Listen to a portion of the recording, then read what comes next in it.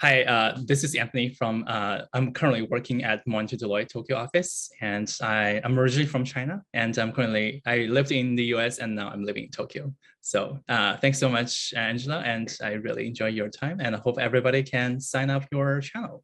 Hi, I'm Angela Guido, the founder of Career Protocol. And today I am doing a mock interview with an applicant to the Booth School of Business. I wrote a book called Interview Hero.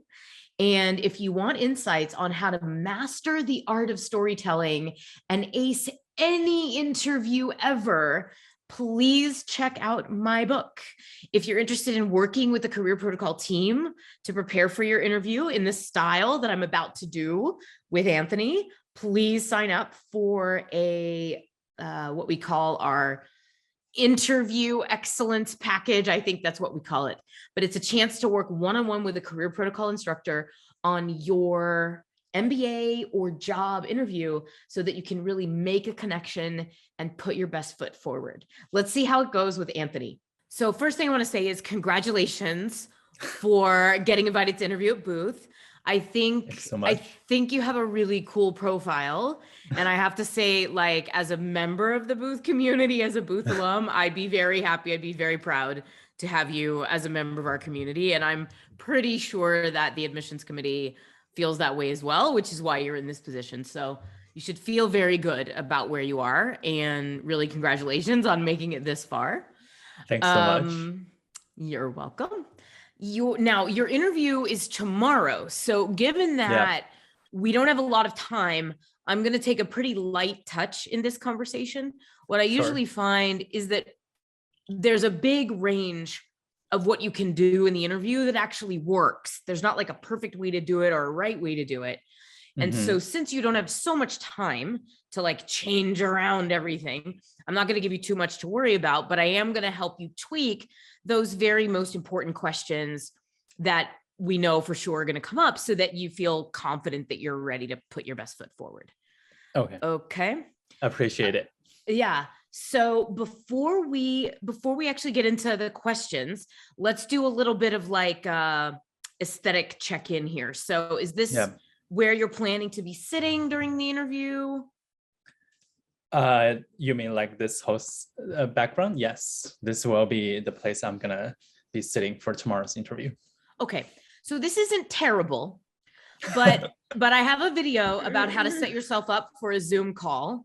And there's a couple things that are suboptimal here. The first thing is you're looking down. You see how you're looking down on the camera? So ideally, like put your laptop on some books so that there we go. So it just makes it's a subtle subconscious psychological difference to be looking at someone equally versus to have someone looking down or looking up. So this is already much better. Okay, great. And your lighting now looks pretty good, actually. So I can see your face, and the background is dark, which is fine. You might want to tidy up. It doesn't look too bad, but you might want to like move some things around. I have a door over there, so I can actually close it. Perfect. Yeah, perfect. So, but this looks good. You look friendly. You look like obviously you're going to wear something a little more professional, but but this looks good. Okay. So t-shirt would work. T-shirt doesn't work. But I wouldn't.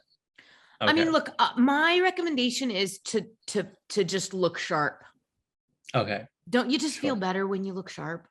I think so. So I mean, it's like I got dressed up for this, and this is just a mock because you want to like really feel confident. So for some people, that's literally a suit and tie. Maybe it's a jacket and a nice shirt, but at least, look sharp and feel good about how you look. And then notice how the camera is framed. So when you set yourself up tomorrow, you want to have your head kind of like close to the top. Could be even closer than it is now, but definitely not less close than it is now. You want to be taking up most of the frame so that I feel like I'm like talking to a person and not, you're not like all the way down here. So I've stalked your interviewer on LinkedIn and we actually have some shared connections. So this is someone who is obviously a member of the Booth community, recent alum, and someone who works at one of the consulting firms that you want to work at post MBA. So what I usually tell people to expect with alumni, especially younger alumni, it's probably going to be a very friendly, very cordial conversation. They're probably not going to grill you. They're probably not going to go super hard on the consulting style interview. But at the same time, because booth interviewers are given a little bit of creative license to just do it their own way, when I see someone who works at a consulting firm, I want to make sure that you're prepared for a consulting style interview, which is going to be more behavioral type questions, like tell me about a time you led a team and so forth and so on. A booth interview is typically going to have at least one or two of those, but for someone who works at Bain, BCG, or McKinsey, might be a few more. So we'll practice at least one of those to make sure that you're ready for the behavioral questions.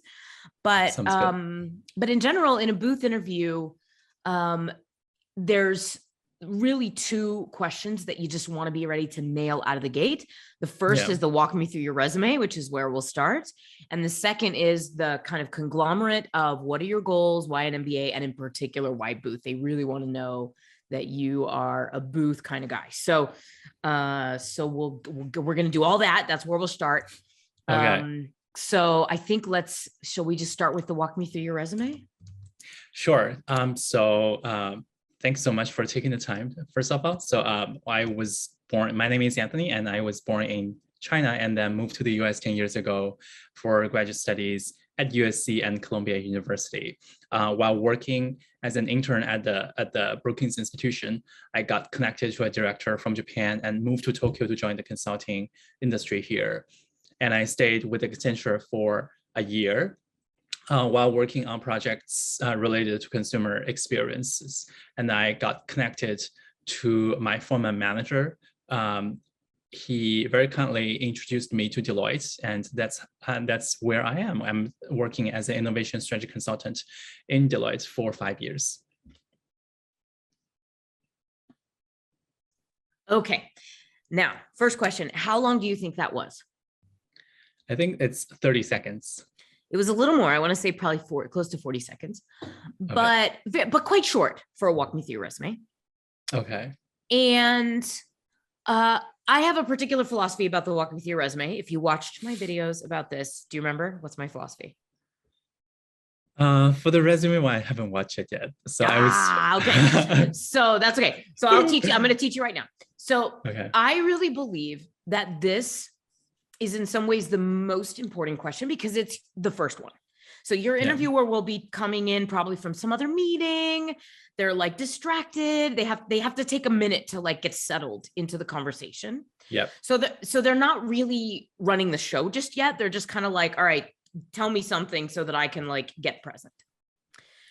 So whether they ask you to walk them through your resume or tell me about yourself or some other just general question like what's your chronology or like tell me about your career, some general question to ground the conversation, you don't just want to answer the question directly. You really want to take this opportunity to take complete ownership of the conversation and how you present yourself to this person.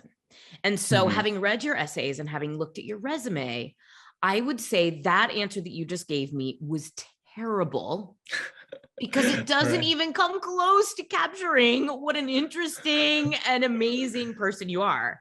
So if you go back and watch my video, I talk about a few different potential approaches to the walk me through your resume.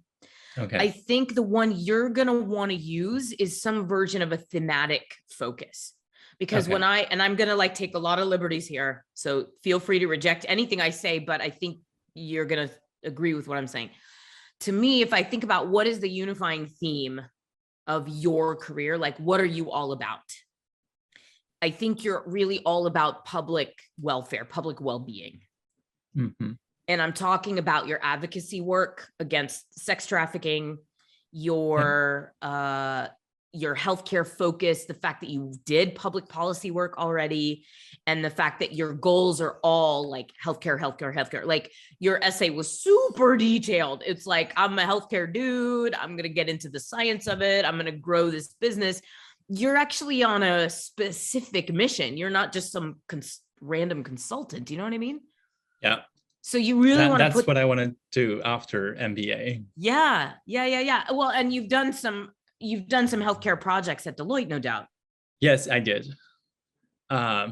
I was leading a COVID-19 project Exactly. throughout the whole year. Yeah, exactly. So that's if I'm thinking about how do you want to be known to this person who's potentially going to be like a permanent member of your network. If you go to booth, and even if you don't, like you're building a friendship here, and this person works at a company you want to work at in a geography that you currently work in. So this is like a new friend that you're making here.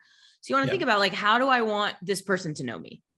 So if I were to just like quickly outline a high level answer for you, what I would say is something like this. You say, well, I was born in China, studied in the US, now I'm working in Japan. But the most important thing to know about my career is that I've really been looking for the unique place that I'm going to make my mark on public welfare. And it started with blah, blah, blah, blah, blah.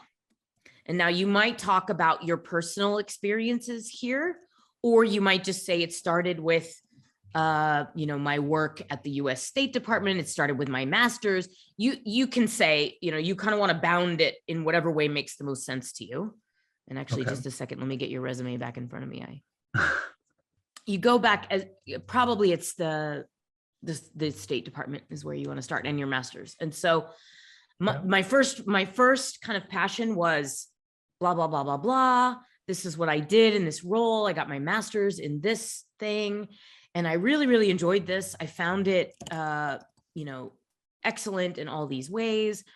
But then I had the opportunity to move to consulting, where I saw the potential to have an even greater impact on a variety of different companies by serving as an advisor. And so through my career at Accenture and now at Deloitte, I've had the opportunity to be involved in ABC types of projects, but really the most meaningful ones for me have been focused on healthcare, such as in the last year, I blah, blah, blah, blah, blah, COVID project, talk about the impact that you had, and then say, and in fact, my goals, I've now kind of figured out where I want to make my mark, and it really is in the healthcare space. And so my goals are to continue on in healthcare focused consulting, and then eventually return to run my family's healthcare business. And so that's why I'm applying to Booth, and I'm just so excited to speak with you today. Yeah, that's brilliant.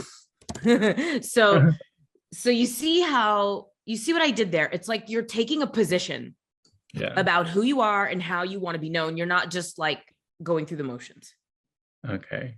Yeah, I think I was like doing chronologically, and there's nothing wrong with doing it chronologically. So your answer was what we call the why line. So it was where you started, and then why you made the first move, and then why you made the second move. But your answer left a lot of points on the table, because it didn't bring that whole, like, what you care about. Like, none of that was in the answer at all. And that's so important. So important to put your values and your passion and your sense of purpose in the front, because otherwise, how are they going to know? How are they going to, and that's what makes you unique. Like, when I read your essays, when I look at your profile, you're an Asian dude who's a management consultant who's like pretty smart, but that's not what differentiates you. What differentiates you is where you've chosen to make a mark. And in some cases, frankly, you've done it like at great personal risk to you. And that may not be part of the walk me through, but that is part of who you are. So that all needs to come across. Okay. Do you want to try it again? Kind of with my outline? Just give it a shot. It's okay if it's messy, but I want you to have at least one chance trying it. And then you can like go back, and I'll share this recording with you. You can go back and watch my outline and then like practice it again. Okay. So, so go ahead. So, Anthony, let's pretend that we're starting the interview again. Anthony, it's great to speak with you. Why don't you just start by walking me through your resume? Yeah, sure.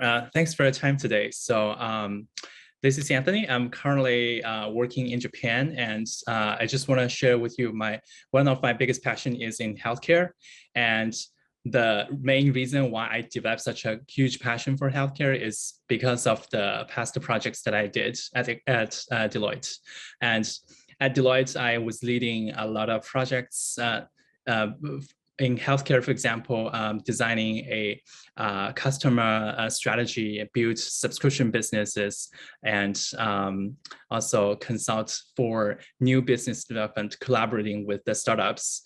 So I got exposure to many types of the projects, and based on those experience, I finally found my passion in healthcare, where I believe my work can make a great social impact in the future. But before that, I was working in Accenture for a while. But before I started working, I studied in the US. I'm sorry, I studied in China and then moved to the US. So I had this global vision about how I can create social impact through many different lenses. So that's me. Okay. So it was different from my outline, obviously. Sorry. But that's okay. But how did it feel to you? How did that answer feel to you? I feel it's okay. It's not good enough. So people always say that. Did it feel better or worse than the first one? Maybe better than the first one. Why? What felt better about it? I was trying to give you a point, like what I really want to talk about, instead of just like presenting all the information on the table. Yeah, I thought for me as the receiver of that answer, it was a lot stronger. It was a lot stronger. First of all, your demeanor, like you were more relaxed. You were just talking about your life. There was more just like presence and authenticity there, which is really important. And I also got a sense of like, okay, this guy cares about stuff. He cares about healthcare and he's done consulting. And so there's more to probe on here. You've given me much more to work with as we go forward. So I think between now and tomorrow, what you want to do is write an outline for your walk me through. And I always recommend that you use bullet points. Don't write the whole thing out. Okay. So it's like point one, trying to find a way to have an impact. If you go with my previous outline, point two, first early stages of my career, master's degree and the State Department. And then second or third bullet is working consulting and exposure to different industries and trying to find your place. And then fourth is finally healthcare and loving that and what you've done there. And then fifth is your future. So I always think it's a good strategy to end the first question, the walk me through, with why are we having this conversation? Okay. It just shows a kind of sensitivity to the other person where you're like, and here's why I'm excited to be talking to you right now. Like, here's why this conversation even means anything. So, and because our goal, and hopefully this is clear from the other videos you've watched, your goal here is to really form a relationship with this person, to like make yourself known and to just like show them who you are and what you care about, because you've already cleared the qualifications bar. If you've been invited to interview, it's because they think you're good enough, that you have the stats, you have the resume, you have the raw material of your career to be ready for business school. So now they're just trying to understand, is this somebody that we want to have in our community? Is this someone that we want to like hang around with and have in our class? And so it's actually quite personal. It doesn't mean you have to talk about personal stuff. It just means that the decision is being made on a human basis, not on a like fact-checking basis. Does that make sense? Yeah, of course. Because I watched your video, I think you made a really good point saying school fit is more important than any time ever. So yeah, I definitely bear that in mind. Yeah, good. And so you nailed the school fit part of the essays. So your first essay was exceptional, like very detailed, very thorough. So they already are going to be favorably predisposed to bringing you in. And now it's really just, does your interviewer like feel good about you? Do they like you? Do they want you to be a part of the Booth community? So, yeah. So really work on that question, because you want to come out of the gate just like feeling really good, like really being present, really, really showing something about who you are. Make sense? Yeah, got it. Thanks so much. Good. Okay.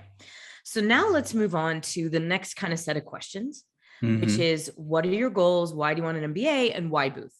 And so I'm just going to kind of go through them one at a time.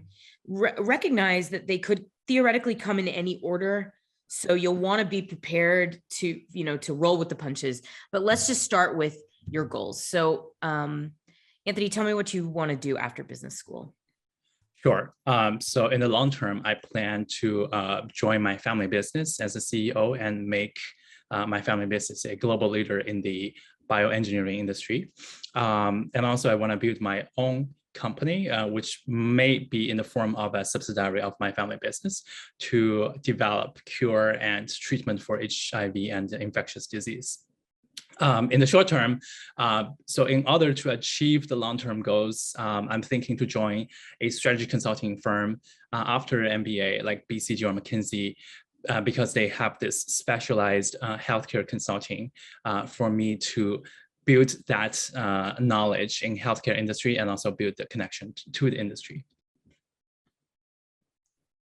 Okay, how was that for you? How did that feel? I think it's okay. How would you improve it? If you feel like it was just okay, what would you do to make it better? Maybe build the connections between the short and long-term goals. So just say more about that. Okay. So basically, to achieve the long-term goals, I want to understand how a successful company would actually operate. So I need to know every part of the business, starting from corporate strategy, business development, finance, operations, supply chain, anything about that.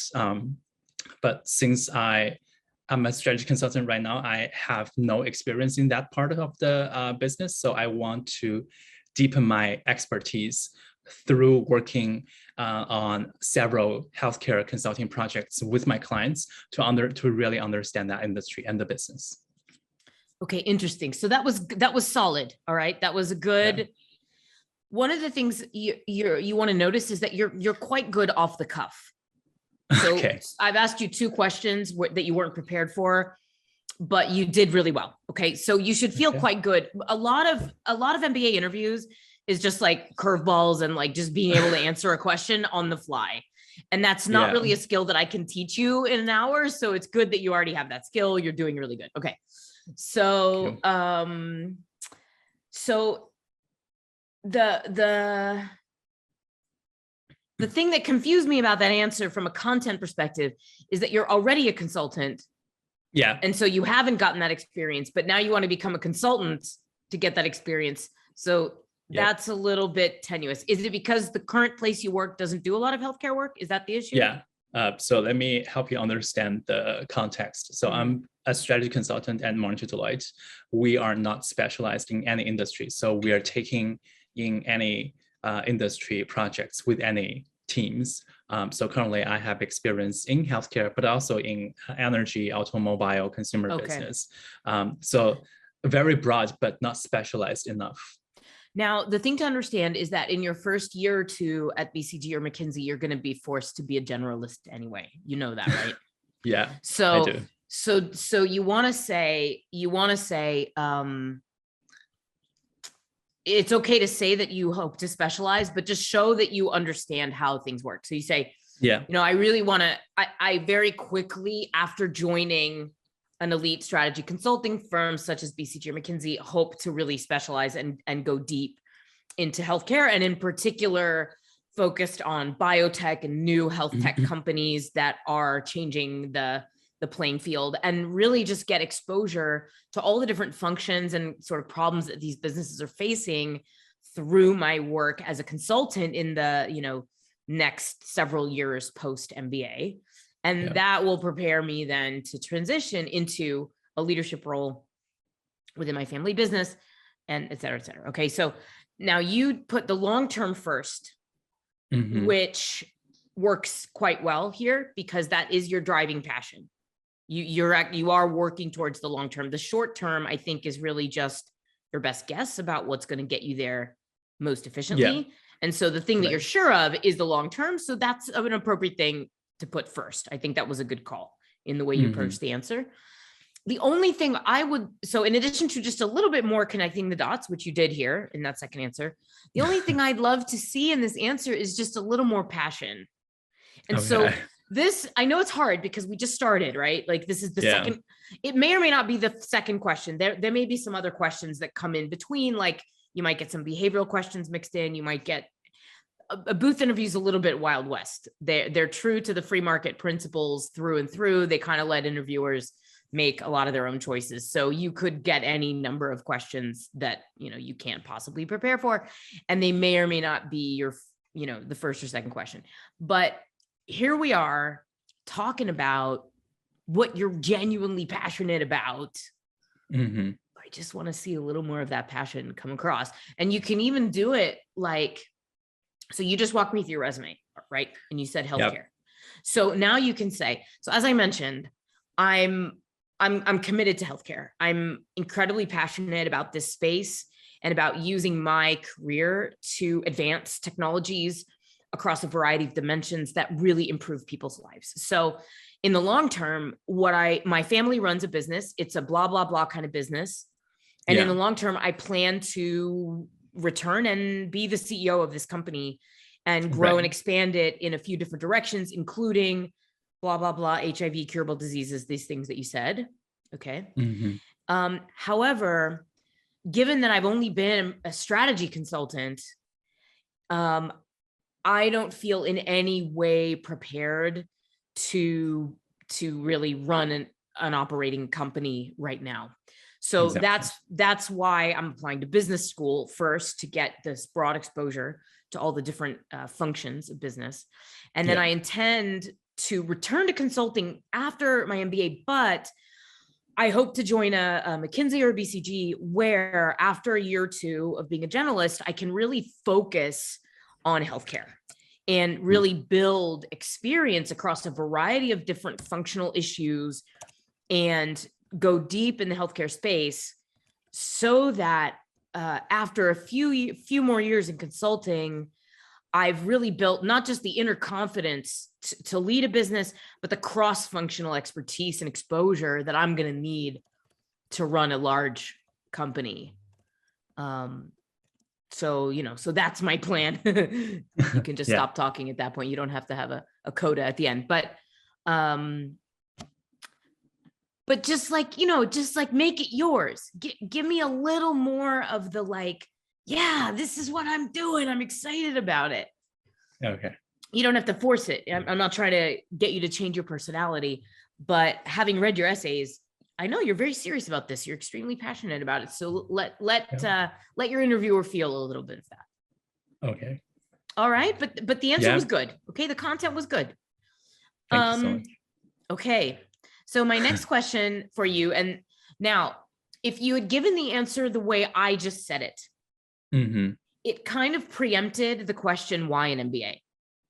Because you kind of already answered it if you gave my answer. So my guess is that if you give an answer that's a little bit like the one I gave, he may not even ask, why do you want an MBA? But since I'm gonna go based on your answer, so let's just imagine that the next question is, so why an MBA? Sure. So first of all, I believe that I'm missing this. I'm having this knowledge gap. So since I want to be I want to have that expertise in healthcare. And I really love consulting, and I enjoy working in consulting. So that's part of the reason why I'm planning to return to consulting. But since my passion is healthcare consulting, I want to have that expertise equipped when I return to the healthcare consulting practice. So that's sort of like the first and foremost reason why I need a MBA education at this moment. And the second thing is it really serves my long-term career goal. So I was telling you that in the long term, I want to run my own company. So I want to have that holistic knowledge across corporate functions, starting from corporate finance, strategy, operations, product development, so that I can really understand how healthcare is discovered and delivered to the patients. And I will also be able to understand by taking some of the professors' curriculum, like healthcare economics, to really understand how different healthcare systems operate globally. So having those two big pieces of knowledge of how a company can really operate and also the expertise in healthcare, I believe this MBA education will help me become a successful leader in the future. The tongue twister. Yeah, Successful leader. Okay. Okay. How was that? How did that answer feel to you? I think an answer is good. That one was definitely an improvement. Yeah, definitely. Okay. I keep asking you how it feels because I want you to build an internal sense of confidence in your understanding of the quality of your answer, right? So you're right. That was your best answer so far. How long was it? How long was that answer? 1 minute, 30 seconds, I guess. A little more. It was 1:50. Okay. I tend to think 2 minutes is a really good ballpark for all this type of question. Like, what are your goals? Why an MBA? Like that. Okay. I see. Good. So that was, it was a great answer. It was a great answer. It was thoughtful. It was cohesive. It was coherent. It made sense to me. And I really felt like you were just talking me through it. I just felt like you were giving me your answer. Didn't feel like it was overly scripted or like that. Okay. So really, really good. And you kind of started to creep a little bit into why Booth there, which is fine. Right. No, it's fine. You don't have to keep it segmented. In fact, in some cases, you might even just want to go right into why Booth. So what you could have done at the end there, when you said with the healthcare, you mentioned a specific class, healthcare, whatever. Healthcare economics. Healthcare economics. What you could do there is you could say, so that actually, I've kind of already rolled into why Booth. So let me just keep going on why Booth and then just give your whole why Booth answer. You could totally do that right there. The question's coming, it's an important question. So I think it's totally cool to preemptively just roll right into that. So, but let's get right to it, shall we? So why Booth? Okay, so I'm going to give you 3 reasons. The first is the Chicago approach. I'm really a big fan of that. I know it's a very quantitative program and it's very intense. The academic experience will be very intense. And personally, I would really enjoy that education because I feel academic rigor is still something that I'm looking for through an MBA program.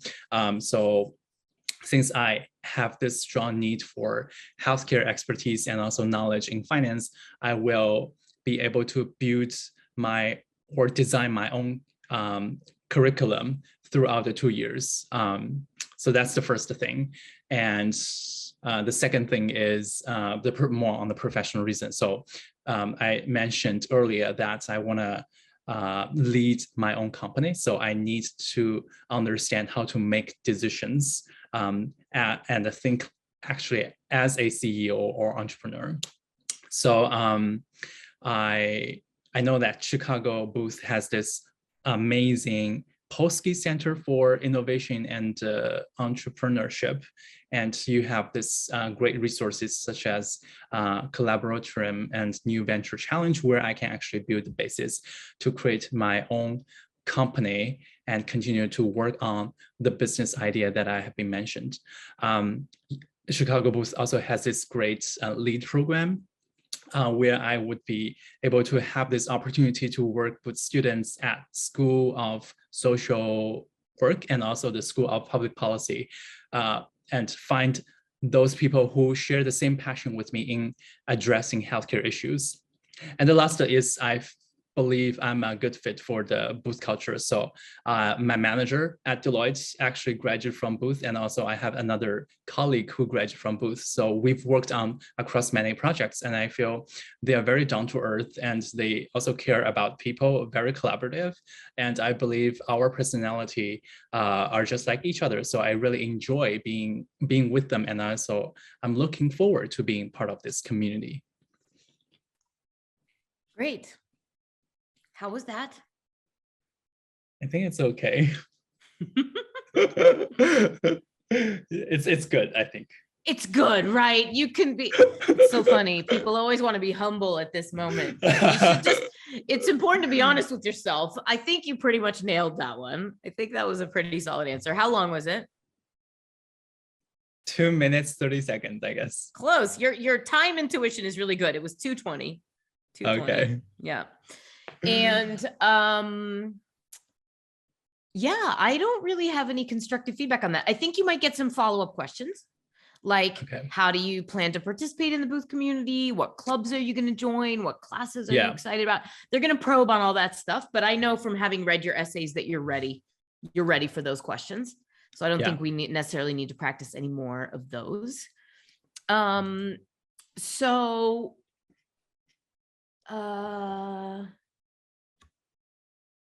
Is there anything else in the realm of goals?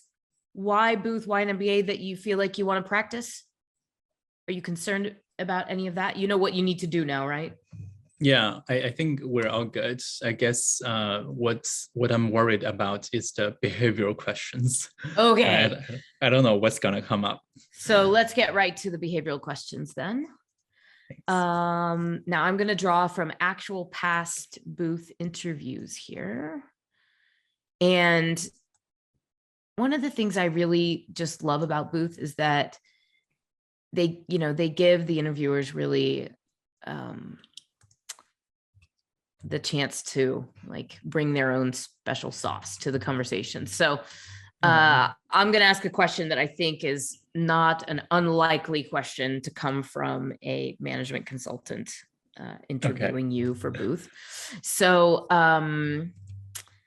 can you tell me about a time you overcame a challenge on a team?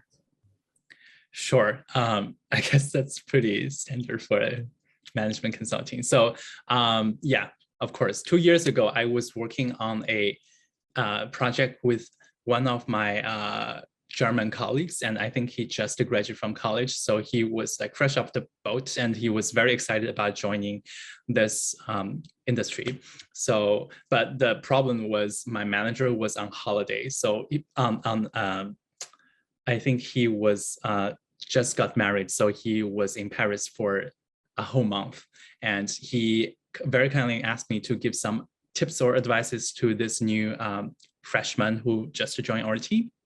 So we were actually working on a chemical project, and we were supposed to meet every day at 10 a.m. for a daily check-in. But unfortunately, my colleague was late 3 times in the whole week. So actually, I feel that's sort of like the challenge for the entire team, because he was not. And also when I kindly asked the reason, he was giving me all those different excuses, which I found very unprofessional. So I very sort of patiently asked him to sit down with me, and we had a one-on-one discussion about this. In my eyes, it's sort of unprofessional performance. So I shared with him about the possible outcome that he might face, and also the possible delay in the project, how the negative impact is going to be like just because of his not being able to join the meetings on a daily basis. So after that meeting, he started to behave quite well, and also he approached me for some questions about how to fit well in this in this team culture. So I think that's sort of like the way I try to overcome a challenge coming from someone who just joined the team, even though like there was some complaints within the team, but we were able to reach an agreement peacefully. Okay. How long was that? I think that was too long, right? 3 minutes, so 4 minutes. No, it was 2 minutes and 15 seconds. Okay. Your time intuition went out the window on that one. So 2 minutes is perfectly fine for a behavioral question. And I think for a question of this simplicity, because this is a pretty straightforward one, 2 minutes is fine. Okay. It can be a little longer. It's okay. But 2 minutes was, I think, a good length for this. So small edit to your word choice. I don't think fresh off the boat is a kosher term to use in this context. I don't think, I think it has a connotation that you didn't intend. So I would just say he was new to the firm, new to professional life. Okay. So just use that term. Okay. Next thing is, Okay, so here's what I want to say. What was hard for you about that experience? What was challenging for you?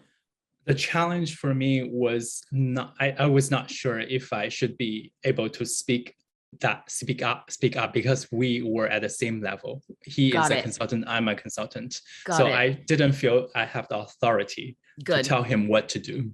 Got it. But your boss had asked you to do that, right? To like bring him on board. Yeah, and give him some tips about how to do projects or how to do his work. Okay.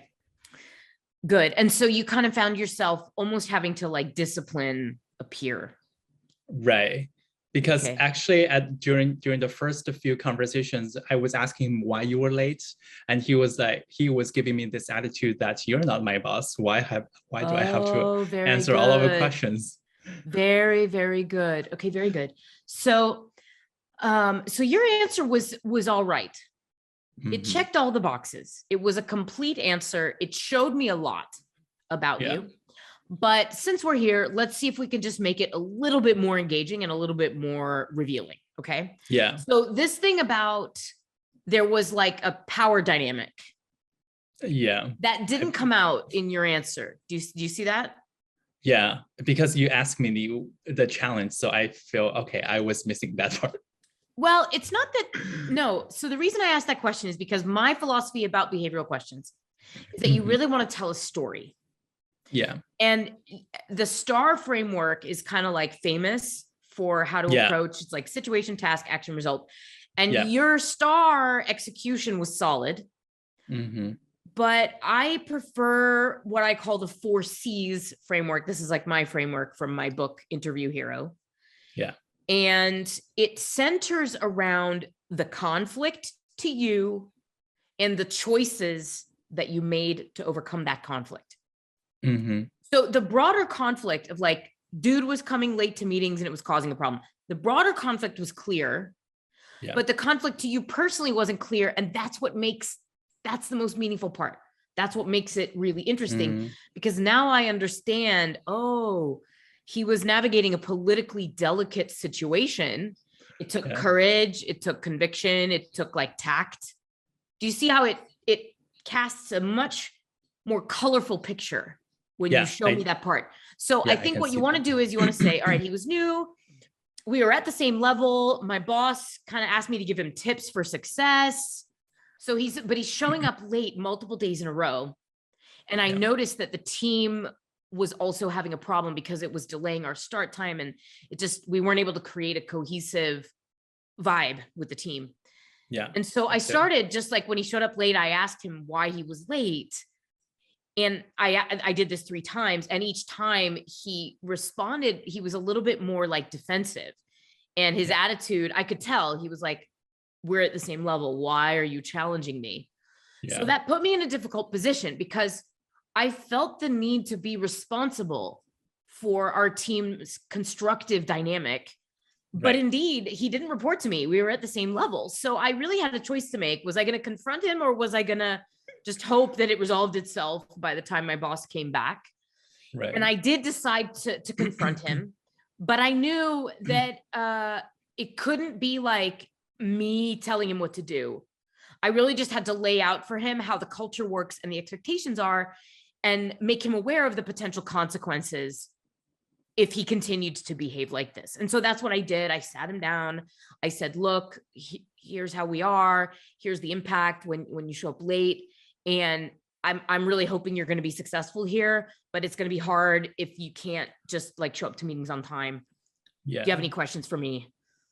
And then tell us what he said. What did he say? He said, okay, yeah. All right. Thanks. What did he do? What did he do in that moment? I think he did. But he was still sort of like defending him. Like he was saying, oh, my girlfriend was sick. And I was like, and I was like, that's okay, but we all have life. But you always want to behave professionally. So put yourself in, for example, if you're late for the client meeting, what the client is going to say to you, not just to you, but to Deloitte. So those are like the possible scenarios that I brought up to him. Yeah. And then at the end of the conversation, was he like, okay, thanks? Or was he like, screw you, man? Yeah, he was like, okay, thank you, and I'm gonna like try Great. to do better. Perfect.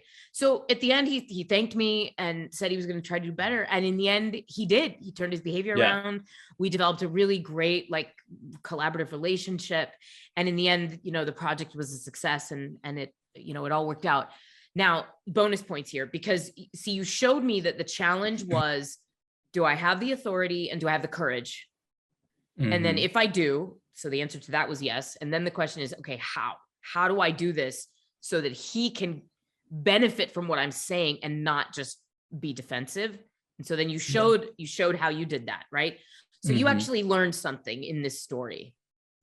So, but for bonus points, revisit the lesson that you learned at the end of the story.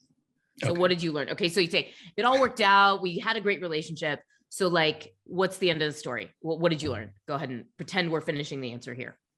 I guess the lesson learned here is that when you deal with some junior colleagues, or even they're at the same level as you are, you don't have to be over concerned about the career level. You just have to be aware of the business ethics at the professional workplace, and then make sure that those rules are clear at the first step, and also make people understand their behavior will have certain consequences. So I guess because I'm always, usually my personality is like, I can always be okay with whatever you do, but through that situation, I understand I cannot be okay with anything. So I have to make sure that rules are rules. And business ethics really matters. Good. So I'm going to critique that part of your answer now, just that last part. So I don't know if you noticed this, but in the first half of your answer, you switched to the word you. So you were making the lesson generic. You have to respect ethics. You versus me, what I learned. Yeah. So it's always much less compelling to speak in the abstract or to tell me what to do. You have to blah, blah, blah, blah. That's like less compelling, because like, don't tell me what to do, man. I got my own lessons to learn. What I want to know is, what did you learn? And then the last part, you said, the last part really worked. So here's what you said. I'm a pretty easygoing guy. Like, I can pretty much be okay with anything. So for me to stand up in this situation was really a challenge, but I learned that it serves everybody. It's actually in the best interest of everybody if sometimes I'm firm and I stand up for what works and for the rules. So it was a really great experience for me too. It built confidence in my own ability to lead. Yeah. Is that accurate, everything I just said? Yeah, I think that's perfect. Yeah. So that's what you want to, so you see, you always want to make it about yourself, because I'm interested in you. I'm interested in what you learned. I'm interested in what you took away from that, how you lead. I don't need leadership lessons of my own. I've got to, I got to learn my own lessons the hard way, right? Yeah. Good. Okay. So do you feel okay? So that's just like a behavioral question.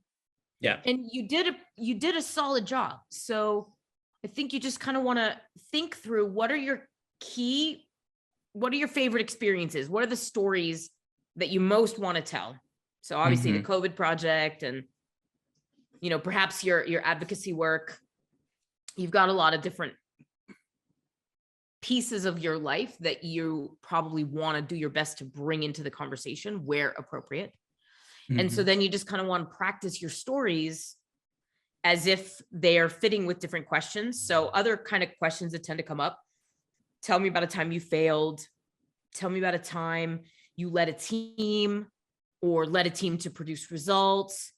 Tell me about things around team, like a team experience that shows me what kind of leader you are. Yeah. Another question could be, what are you most proud of on your resume? And that could be a behavioral question. It doesn't have to be. But tell me about, let's see here. Just looking at actual past. Okay. So I can draw from, tell me about a time when you had an idea that didn't go through. How did you handle it? Tell me about a time when you made a fork in the road and had to make a decision. So, and then it really could be just anything. Tell me about a time you were strapped at work. How did you handle it? Tell me about a time you had a hard time communicating with someone. So you know the kinds of qualities that they're looking for, so you can expect questions related to leadership, teamwork, communication. And I have no doubt that you have plenty of stories that are going to fit with those questions. So you just want to practice it and then take what I said to heart, where you really want to show like what was challenging to you. Mm-hmm. And therefore, and then what did you do to overcome it? And then what did it teach you? How did you grow through that experience? And I think, Sure. you know, it's unusual to get more than 2 or 3 behavioral questions in a booth interview. So keep that in mind as you're meeting out your favorite stories. Keep in mind that you probably only have like 3 stories here in this part of the interview that you're going to get to tell. Yeah, I have a question about, tell me about a situation when you fail. What do they look for in this question? So the thing about failure is that it's one of the best ways that we learn. So Yeah. if you want to go far, and you obviously want to go far, you want to be a CEO. So I need to make sure that you're someone who knows how to fail right. And failing right means you try stuff, you fail, you confront the failure, and you're honest with yourself about what you could have done differently, or maybe what was even out of your control, but that led to an outcome that you didn't want. And then what did you learn from that experience? So if you think about the framework I just laid out about conflict and choices, in a failure story, the conflict is the failure itself. So I wanted this and I did all this stuff and it didn't work out and I failed. And so then I had to pick myself up and move on. And so here's what I did.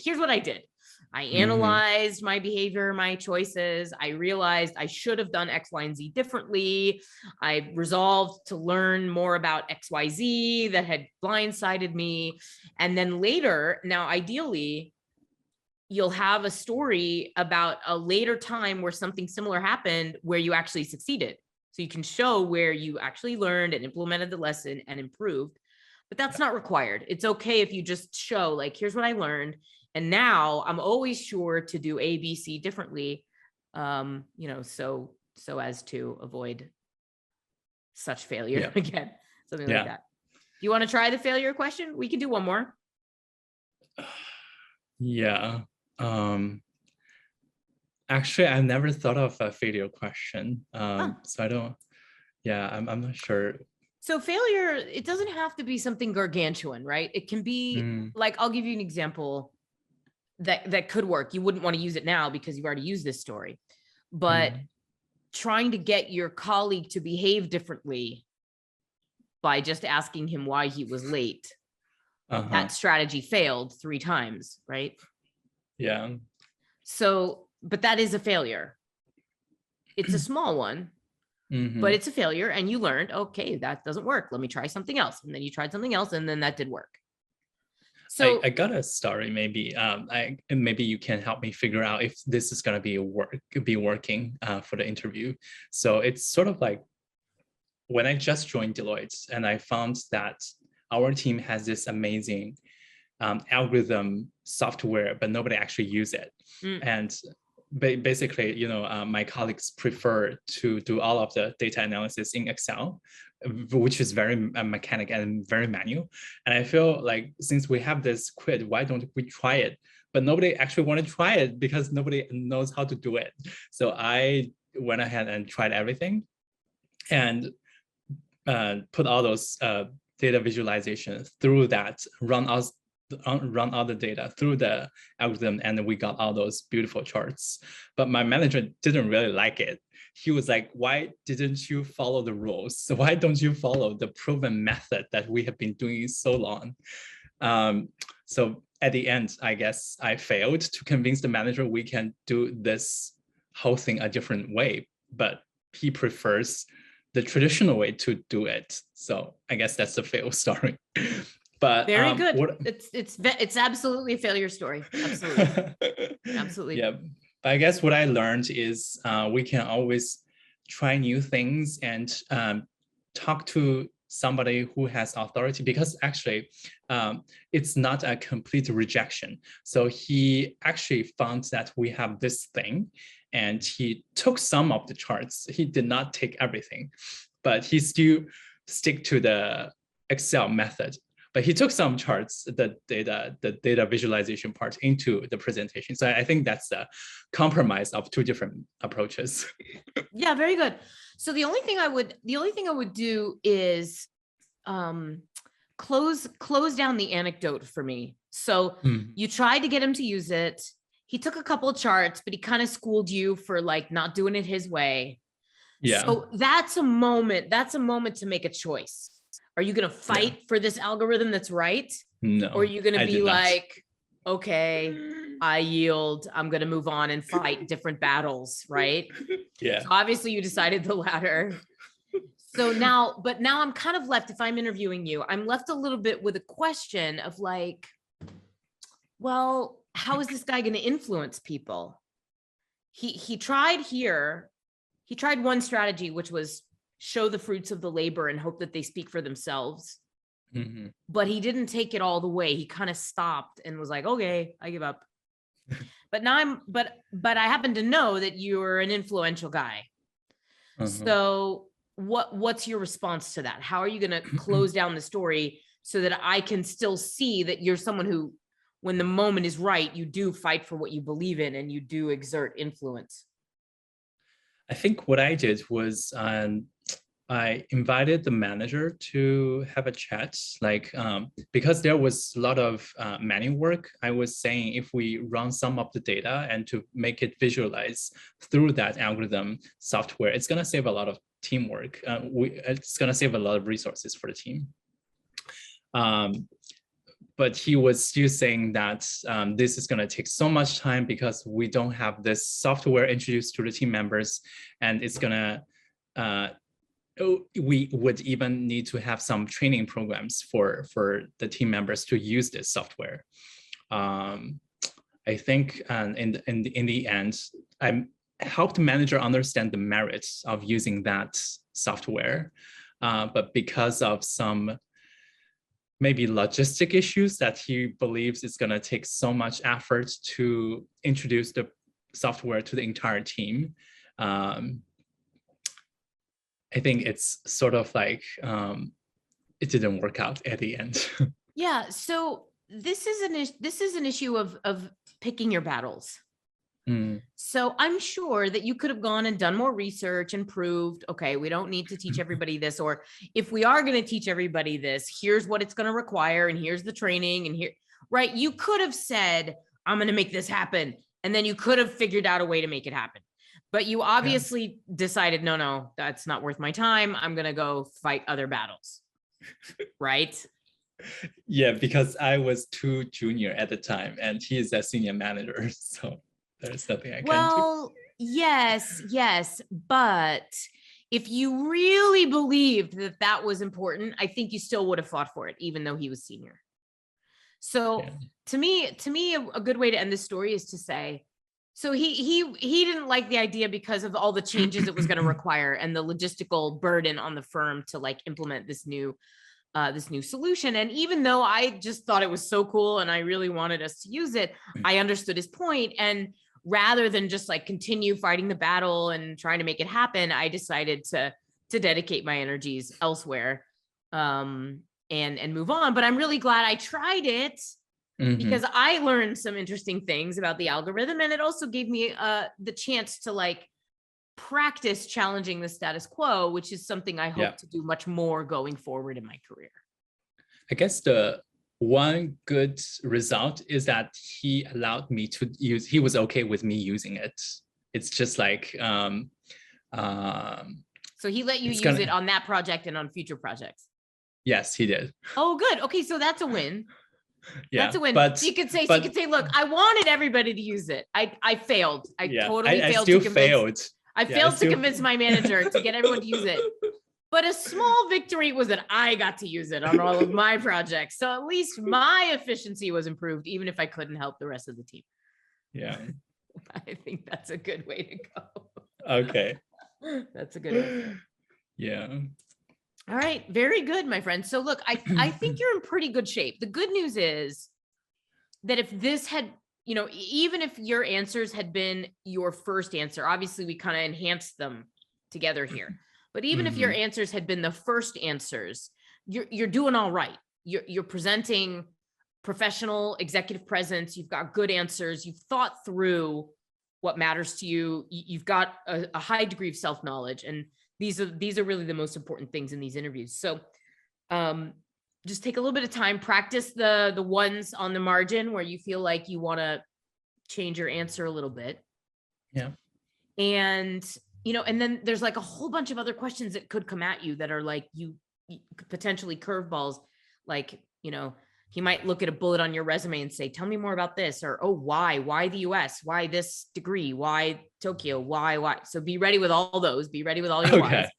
But I think really the biggest piece of advice I have for you is to just be in the conversation. Yeah. And then just think and answer the question.